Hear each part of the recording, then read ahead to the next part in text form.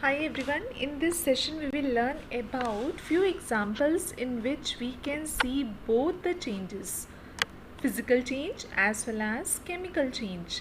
Like you can see that what is this picture depicting? This is a simple, a, like if I will ask you, then you can say that ma'am, the candle is burning, right?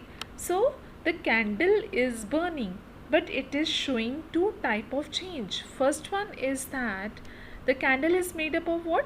Wax. Okay, so what happened? Due to heat, the wax is melting and the solid state is changes into liquid state. But the movement when it cooled down at the bottom, I hope you are able to see the drops are running out. But the moment it cooled down, again the liquid state changes into solid. Okay, and we are not getting anything new. Wax remains wax only. So that's why, can you tell me what type of change it is?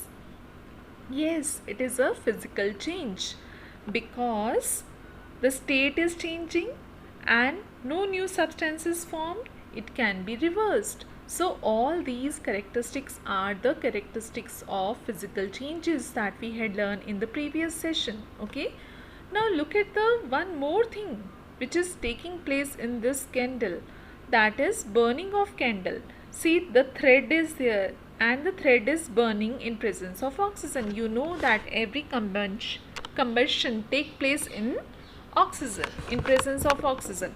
So the candle is burning and the thread is burning, and you can see the thread is converted into black ash, and that black ash cannot be reversed back into thread. Okay, suppose if I will keep the candle whole night in my room, then what will happen? In the morning I can collect the wax. Okay, I can collect the melted wax or in a solid state, but can I get the thread? No, I will not get the thread. I will get the black ashes of the thread. That means thread is totally changed into a new substance, that is black ash, and it cannot be reversed. So burning of thread here is what type of change? It is a chemical change. So whenever you are writing the example of burning of candles, so you should be very careful. If you are writing burning of candle, then it is chemical change. If you are writing melting of wax, that is physical change. Okay, now student, in this chapter we will learn about rusting of iron. Iron's objects might be you had seen. Okay, so iron objects like iron nail, iron pipes, iron grills, iron gates, iron railings. Okay, when we kept it in moist air for few days, okay, it get covered with a brown powdery substance, and that brown powdery substance is called as rust, and this entire process is called as rusting of iron. Okay, and why it happens? Okay, what are the two conditions which are necessary for rusting, or I can say that which is responsible for rusting? First one is the presence of oxygen, okay, that is air, and second, presence of water or water vapor, that is moisture. So both the things are required. And see the reaction now. Iron, okay, Fe is iron, you all know. Oxygen, as well as the oxygen is moist. Okay, like water vapor is also responsible. So you are able to see water, so I can say that it is moist air, it is damp air. So when we kept the iron object in the moist air, so it get reacted and we get a new thing that is called hydrated iron oxide, Fe2O3 and H2O. So this is hydrated iron oxide and it is a reddish brown rust. Okay, look at the pipe. I hope you are able to see with like by this picture that what rust look like. Generally iron is silver in color, it is having a shiny texture also, it is little blackish silver in color. So when it get rusted. So are you able to see the brown deposition on the iron pipe? Okay. Now actually rusting damage iron object. That's why there is need to prevent the iron object from rusting.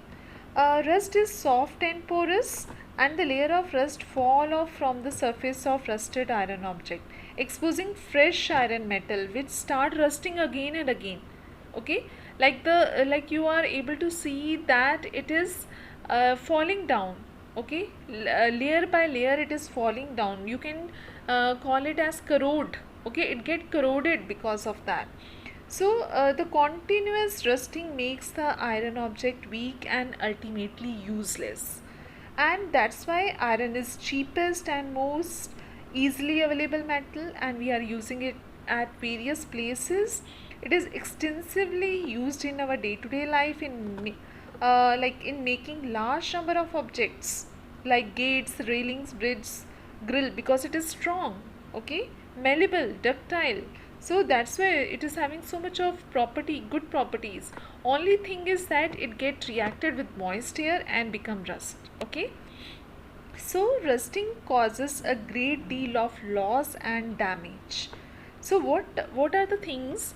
There are some preventive measures for rusting. Okay. First one is that coating the iron surface with grease, paint or oil. That means various machine parts, might be you had seen that at home also, like we are having swing machine and other machinery parts. So might be you had seen your parents that they are putting some oil, or sometimes they are usually the chairs, okay, the railings, it is painted, the iron railing is painted, and sometimes we are putting grease in the machine part. Okay, so that why it is so? Because it prevents them from coming in contact with air. Okay, so this also help. Then the second is galvanization. It is very important, very popular nowadays. Coating iron with other metals. Okay, when we are suppose because I had told you earlier that the iron is a strong metal, so the things which is made up of iron is also strong, durable, okay, quality one. But what happened to prevent rusting? We are making suppose we are making iron chair, but after that we are putting a layer of some other metal on that chair, and that layer of, okay, depositing of that layer over iron chair is called as galvanization. Let me explain you once again. The process of deposition of a thin layer of metal, and especially what metal we are using here is zinc. So I can say that the process of deposition of thin layer of zinc metal on iron object is called as galvanization. Okay, and how it happens, let me tell you in brief. Iron sheets are dipped into molten zinc and then allowed to cool, and to get galvanized iron sheet, a thin layer of zinc metal formed on the surface of an iron object, and it protect from rusting because zinc metal remains unaffected. Why we are giving the example of zinc only? Because zinc is not reactive in presence of moist air. That means in moist air it is not at all affected. Okay, so that's why zinc metal is used for the galvanization. Now the third is alloying. Alloying means by converting iron into stainless steel or alloy. Okay, alloy meaning the meaning of alloy is the mixture of 2-3 metals together. Okay, so here what we usually do, we take the molten iron, or molten iron means the iron which is melted. So we get the molten iron, and it is mixed with a fixed amount of carbon, manganese, chromium and nickel, and on cooling it form an alloy that is called as stainless steel. So have you seen the bowls, the spoon, the plates which you are using? It is made up of the utensils, even it is made up of a steel, but that steel is very durable. Okay, and that's why it is the stainless steel. Fine. And what is stainless steel? It is an alloy. Got it? That means it is made up of 5. It is made up of 5 metals: iron, carbon, manganese, chromium and nickel. Okay, and this is how we are able to prevent iron from rusting. This is all for today. Thank you everyone. Have a nice day.